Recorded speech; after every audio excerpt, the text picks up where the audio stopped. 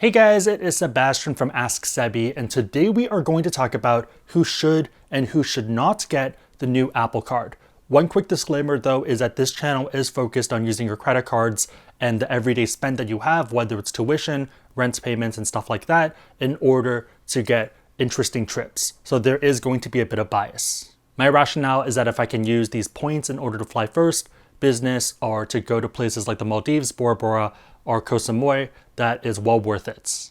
I will try to keep this video a bit more balanced though, but if you do want to see a bit more of that side, I'd recommend subscribing to the channel and checking out some of our other videos. Also, if you do like videos like this, feel free to give it a thumbs up, lets me know that you like it. Starting off of who should get the card. So I think the first and the most obvious group is going to be people who want to get the card. The rationale there is I can say a bunch of different reasons and list them all off, list a bunch of numbers, but if you want to get the card, you're going to end up getting the card anyways. I'm someone who really likes to eat wings, burgers, and steak, and I have some vegetarian friends who tell me that all of that stuff is really bad for the environment, it's non-optimal and everything else, but if I like steak, I'm going to go eat steak. Pretty much the same thing here. There might be cards that are more optimal, and we will talk about a few of those and a few other strategies that you might want to consider, but end of the day, if you want it, you're going to get it.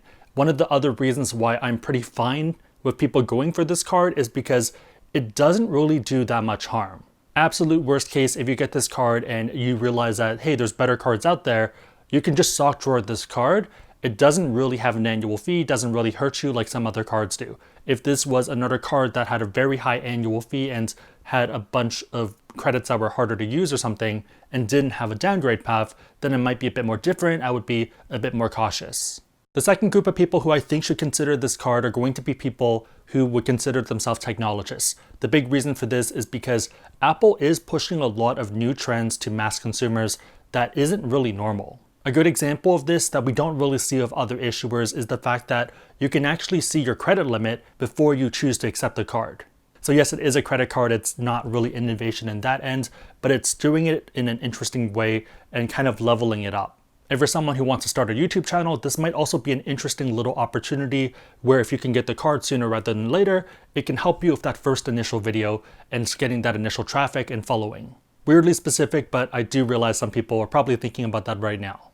Another group that probably is going to get the card is people who are heavily invested in the Apple ecosystem.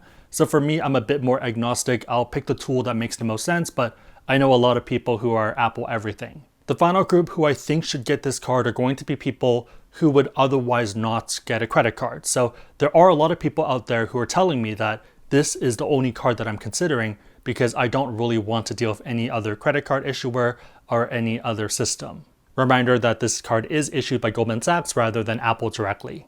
End of the day, I'm in favor of people using credit cards over not using credit cards just because there's so many protections that you get with a credit card. The big thing here though is to use it responsibly. You pretty much want to use it exactly like a debit card. One of the other interesting things too is that if you think about a lot of the people being targeted for this card, they're younger and they don't really see cash as much, in my experience at least. I'm more focused on my Venmo balance, on my bank account balances, than I am on physical money. To me, physical money is more like monopoly money. When I spend it, I don't actually feel any pain. If you're someone that travels, you probably have the same mentality just because you're going to have currencies from different countries, and at some point it really does start to feel like monopoly money. Some money from Hong Kong, Singapore, some kids playing hockey in Canada, Indonesia, UAE, Malaysia. I think I have some other physical cash with Taiwan and some other countries as well, but again, if you travel, you're going to start seeing it as monopoly money.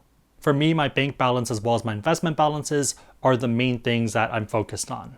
Went into a tangent, but let's dive into timing. So if you are someone who is going to apply for that card, I'd recommend waiting until they potentially have a promotion. So right now they know they don't need to do anything because there's a lot of press behind it. So there's no bonus, there's just no reason to apply for the card right now unless you just want it.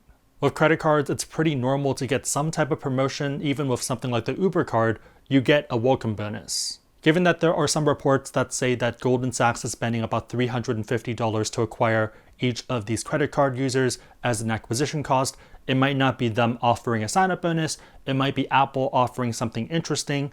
So that's kind of what I'm still hoping for. It might not happen, but maybe you end up getting a free cord or some additional headphones or something, or maybe even longer Apple Care. I feel like that would be a nice little touch. We don't really know if that's going to happen, but it might, and if you have the ability to wait, why not wait?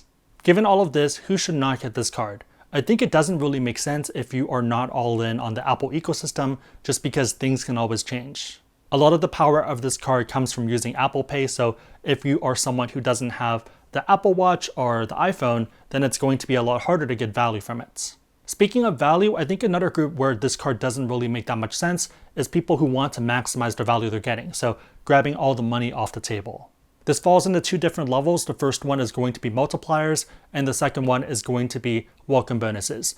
A few people have talked about the multipliers already, but the idea is there are other cards that give you higher multipliers for each of these categories. So for example, if you're someone who wants to do a lot of mobile transactions, instead of using the Apple Card, it might make sense to use the US Bank Altitude Reserve Card, which gives you 3x back for all of these mobile transactions, meaning that you're getting effectively 4.5% back in travel. There is an annual fee over there and a lot more complication, but I hope it makes sense that there are other cards that might give you higher effective value net of that annual fee. The other one is going to be on the welcome bonus end, and this one might be a bit complicated for people who are new to credit cards, but with most other cards, they oftentimes dangle a carrot in front of you for signing up for the card. So most cards give you about $100 to $200 in value for signing up for a card and spending $500 typically within the first 3 months. Looking into how the credit score system works, more cards is typically better than less cards because it proves that you can manage your different debts and that you are responsible.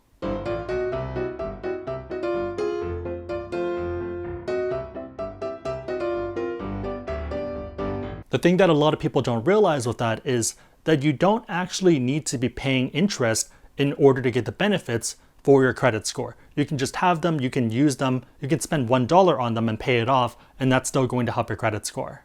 So given this, if you are someone who's going to spend $500 anyways, why not get $200 or $150 instead of getting $0? So yes, there is a multiplier there, but most other cards also have a multiplier as well. I'm not going to get into too much detail because I think it might be too complicated, but there are some rules involved such as Chase 524, which means that if you have more than 5 cards in the last 24 months, you're not going to be eligible to get certain cards. So if you're currently at 424, if you add the Apple Card, then you'll be at 524, 5 cards in the last 24 months, and you won't be able to get certain cards such as the Freedom Card. Freedom Card by itself is already effectively $150 for 500 spend. So technically by choosing that Apple Card, you're losing out on $150 that you otherwise could have gotten. Jumping back to the intro where we talked about these aspirational trips, if you look at most of the major issuers who give you this type of value, you're pretty much looking at American Express as well as Chase. Bank of America, Citi, as well as Barclays also have rewards, but American Express and Chase yield the highest value. A good example of this is going to be the current American Express Hilton credit card offer. So you're going to get 90,000 points as a welcome bonus after spending $2,000 within the first 3 months. The card doesn't have an annual fee. With those 90,000 points, you're going to be able to spend 1 night in Bora Bora at the Conrad. Retail price for that typically for most of the busy times, and you can actually use it during this busy time, it's going to be about $600 to $900. Even if we use that $600 number, you're getting a ton of value.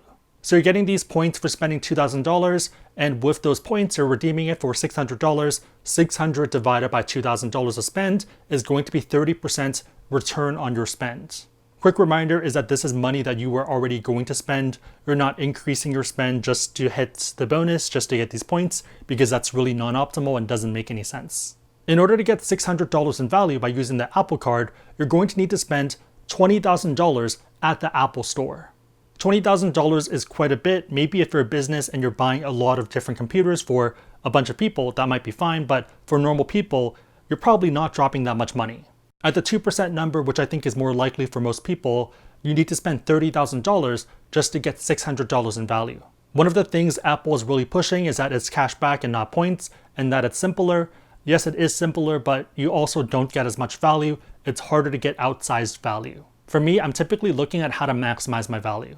This is just one card, and there's probably about 15, 20 cards that we can look at that you can get the same type of value from. And yes, it's just one night and you're not going to stay there for one night, but if you were going anyways, you're saving money that you would have had to spend. Oftentimes for people in this community, we end up stacking on a lot of different points from these programs to make a whole trip that's 1 or 2 weeks long. End of the day, I don't think the Apple Card is a bad card. I think there are worse cards out there. It's not as competitive as you would like, but it still doesn't really hurt people, so I think it's still a move in the right direction.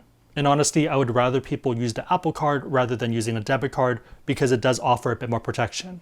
Just because I like diving into this rabbit hole of credit card rewards and points and stuff, normal people probably don't really care too much.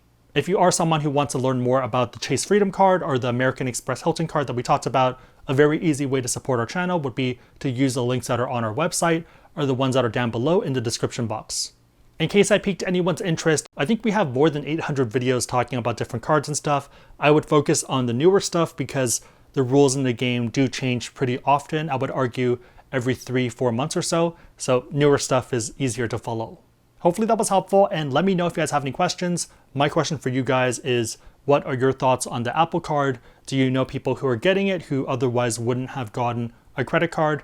Let me and the community know down below. If you like this video, give it a thumbs up, it really helps us out. If you know anyone else who benefit from what we just talked about, feel free to share the video with them. It'll probably help them out. But otherwise, hope you guys liked it. See you guys next time.